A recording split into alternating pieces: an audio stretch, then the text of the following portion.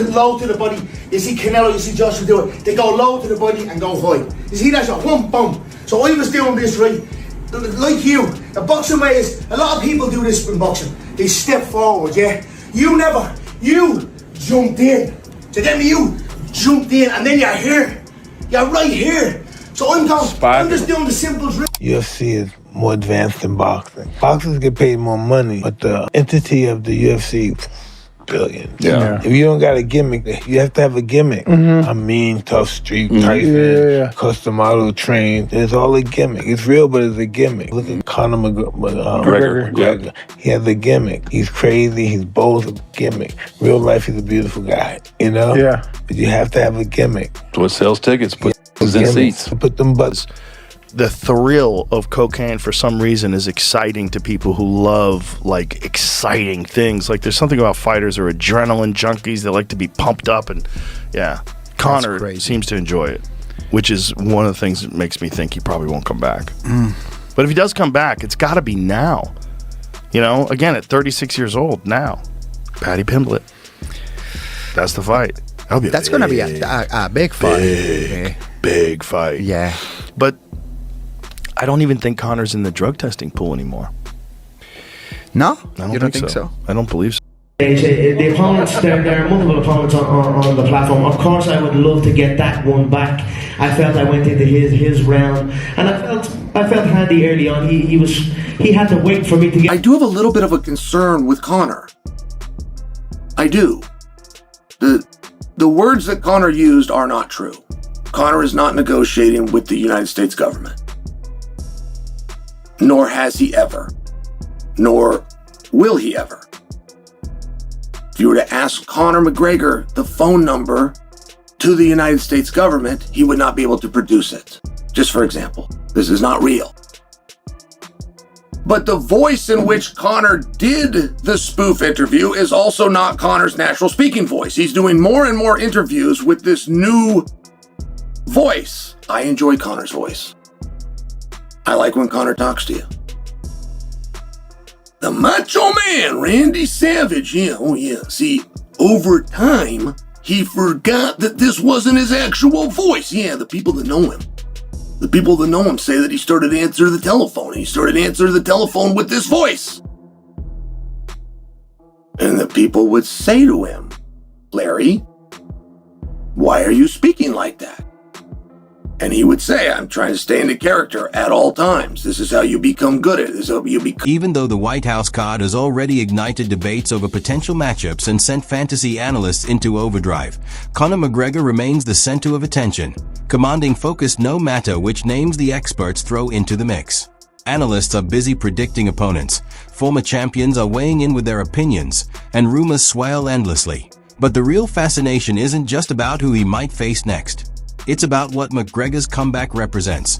The return of a fighter who has redefined hype, charisma, and danger inside the octagon, and whose presence alone has the power to electrify fans and shift the entire narrative of the fight game. People keep talking about the belts and whatever and this and that, and you know, this guy's gonna fight. They're saying that he can fight Floyd. He's getting ready for Floyd or whatever, and I think the division has moved on. You know, this whole Floyd Mayweather talk and him making 50 mil or 75 mil, whatever the talk is, like, would you guys come back to MMA after a fight like that? Like, you know, like, this guy, you know, Conor should be proud, you know. Everybody tells us, oh, he's a champ, blah, blah, blah. Like, he should be proud, you know. Conor was a champ, you know. He should hold his belt. He should hold his belt up high and proud, you know. And at the end of the day, he's the 2015 champ, you know. This is 2 years later already. And he never ever once talked about defending the 45 belt ever.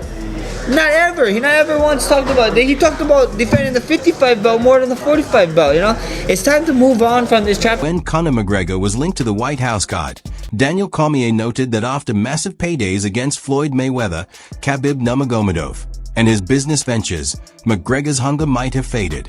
Cormier also pointed out that Khabib's grappling exposed a new level of challenge, showing the difficulties McGregor could face in a comeback. What about Conor McGregor at the White House? Man, It's over. Bro. It's over for him? It's over, dog. Conor McGregor. He made too much money, huh? He made way too much. He sold that liquor for what, 500 million? Yeah, he got 100 million for fighting Floyd. He got 100 million for fighting Floyd. Then he was doing pay-per-views like nothing. Yeah. And him and Khabib did 2.5 million pay-per-views. Him and Khabib was the best. Did you think he was just one-dimensional and that's why? No, he was good. But when they got him on the ground, DC, he couldn't get up. They couldn't get him on the ground. Yeah, they did. Khabib got him on the ground. That Khabib was a... Justin Gaethje takes a different view.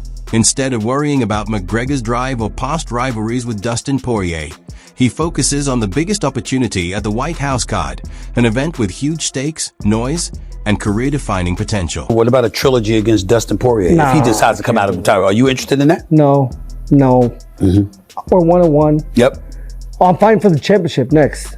I mean, that is the biggest fight in the world for me, for this division. It's the biggest fight that any of us could ever have, is fighting for an undisputed gold championship belt. So there's nothing else that entertains me. If they came to me and said, do you want to fight McGregor on the White House card instead, I would. Demetrius Johnson disagrees, arguing that big names like McGregor or John Jones shouldn't automatically get a spot on the White House card.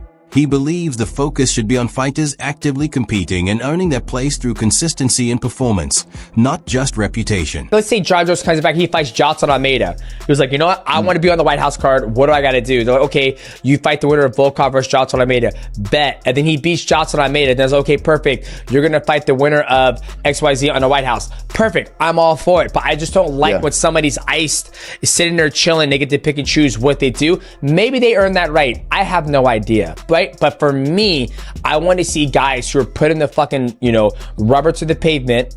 Whether and all the accomplishment John Jones has done, it's amazing. I'm not denying that. I'm just saying that if we got guys who are on the roster who are fucking fighting their asses off, they should have the first dibs to get on the White House. Even for Conor, we don't need his ass on the White House, right? But I know him and Donald Trump, they got some good things going, but I just don't want to see other athletes miss out on that. Shield Sonnen expressed skepticism about McGregor, dismissing recent claims of negotiating with the U.S. government as false.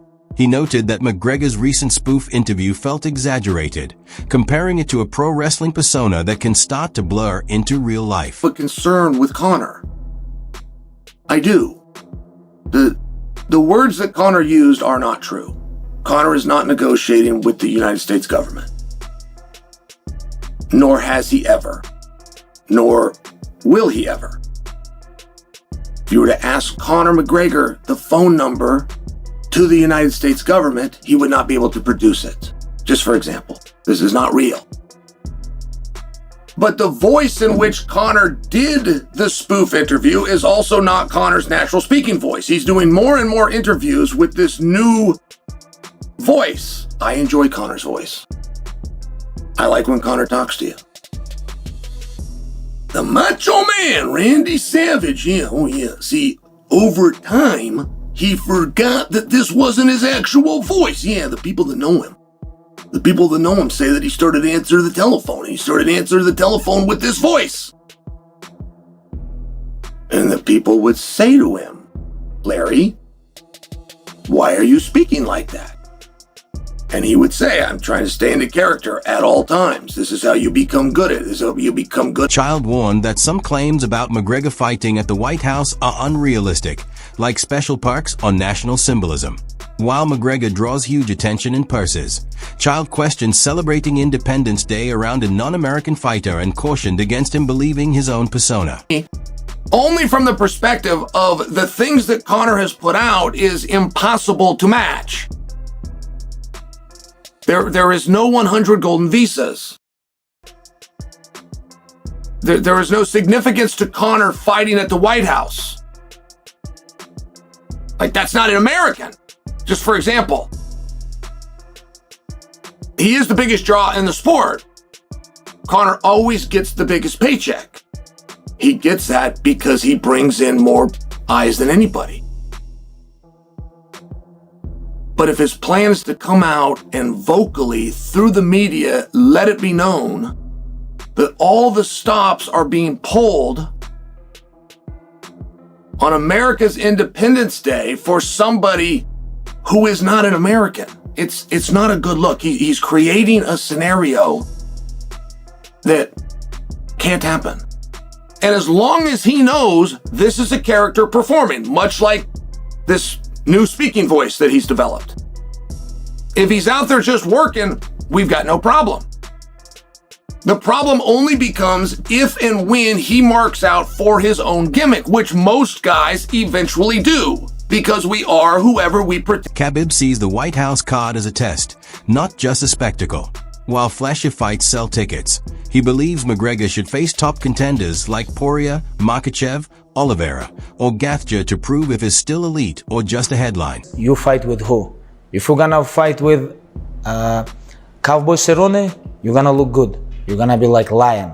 But if you're gonna fight like guys who on the top, who really best in the world, like Dustin Poirier, like this fight gonna show your level. You know, okay, fight with Cowboy or like these fights, be lion and that's it, make money. This is smart. But if you wanna become champion, if you wanna fight like Beneil, Islam, Charles, Dustin Poirier, Justin Gaethje, these guys lions, you know. These guys. Manny Pacquiao also called out McGregor for a White House showdown, aiming to test him and connect with Khabib. With each new contender, the card is shaping into a high-stakes, unpredictable spectacle fans can't ignore.